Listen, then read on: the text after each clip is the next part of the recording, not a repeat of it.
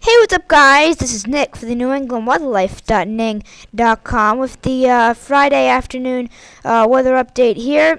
Coming to you now after, of course, what has been a huge nor'easter yesterday. We saw 80 to 90 mile an hour wind gusts for places like the coastal Essex County. Huge deal. We even had an isolated spotter report of 100 mile per hour wind gusts, but we can't confirm that. We also saw a lot of heavy rain as expected.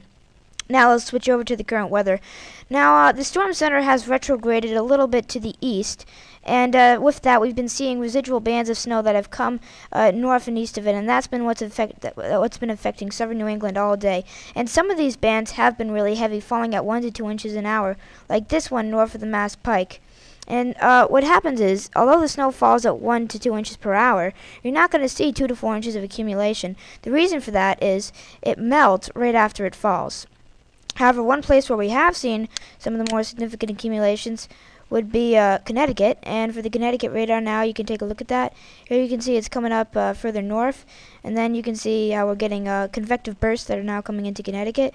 And it's a little cooler because we've got the residual storm. The pressure from the storm has been affecting these areas, making it a little cooler outside. And that's why it's been able to stick a little bit better. But what really interests me about this radar map is it won't load here, but there you go. Look at that.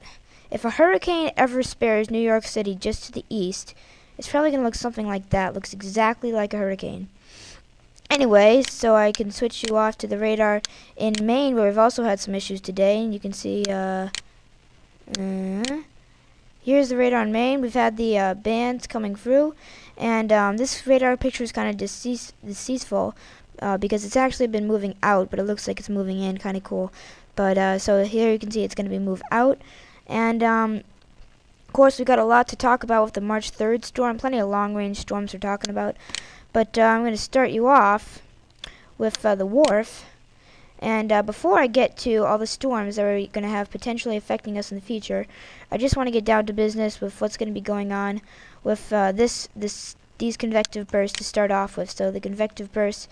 And what I'm showing you here is the total accumulated precip from the WRF, and you can go through the time here, and you can see how it accumulates lightly, but by the time we get to 60 hours out, which is Monday, after all this is pretty much done, you can see how we're talking about point 0.2 about 0.25 to 0.75 for most of southern New England. 0.75 is 8 inches, 0.25 is 3 inches, so I'm going with 3 to 6 inches for a lot of spots now. And you get 0.75 once you get in the higher elevations of the Berks, so I think it's probably a good 5 to 12 inch snow event for a couple of thousand feet up in the Berkshires. So that's basically what we're going to be looking at for the rest of today and this weekend. And actually, our first storm potential might not have been talked about a lot, but I think it's certainly something that needs to be discussed. And it's by the time we get to Monday. So here's our convective burst coming through, and here's a new storm developing to the south. Kind of interesting how it works out. And you say, Nick, why are you talking about this? It's just another Atlantic slug of moisture. And there you look at this frame, you can see how it's way east of New England. And you say, Nick, we have no problems with this. Not exactly, because you switch yourself over to the GFS, which I know is not the most reliable model, but I'm going to use it for this anyway because it's a little early in the game, and early in the game, I trust all the models. So here you can see how here's the storm coming through. Look at this. By the time you get to Monday, it backs right into New England. Last thing you expect. And it kind of peters, the guidance kind of peters the storm out.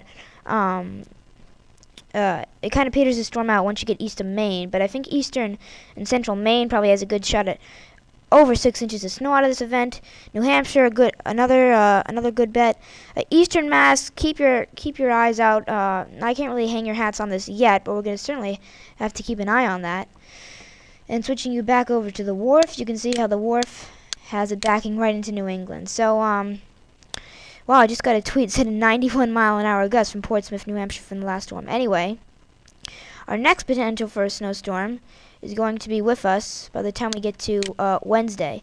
And of course, we've seen, a lot of discussion about this, a lot of discussion in the models. A lot of people are saying that it's not going to happen. And I think it probably will happen for several reasons. And although it may not be classified as a storm, I think it's certainly going to be something we're going to have to watch for. So by the time we get to 0Z on Wednesday, here's the storm. Here it is exiting off the southeast mid-Atlantic coast. I look at this and I say, yay. And you say, Nick, why are you saying yay? This is missing us way missing us to the south. But this is certainly the models have been so southward suppressed so far this year.